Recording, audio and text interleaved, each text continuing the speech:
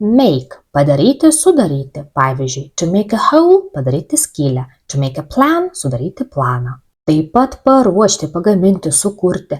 Pavyzdžiui, to make dinner – paruošti pietus. To make a fire – sukurti ugnį. Veiksmažodis make turi daugybę reikšmių anglų kalboje ir priklausomai nuo kontekstų į lietuvių kalbą gali būti verčiamas įvairiais atitikmenimis. Palyginkite. To make a dress – pasiūti suknelę. To make a nest – sukti lizdą. To make a noise – sukelti triukšmą.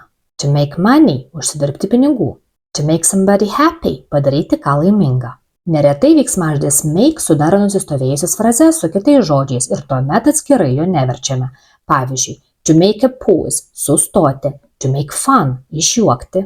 Vartodami šį veiksmažodį paprastuoju esamuoju laiku ir kalbėdami apie vienaskaitos trečiąjį asmenį, nepamirškime sudaryti atitinkamą gramatinę formą, pridėję prie kamieno galūnę s, kad gautume formą makes. Pavyzdžiui, he always makes me laugh. Jis visada mane prajuokina. Tęstiniuose laikuose vartojame formą making, sudarytą su priesagos ing pagalba.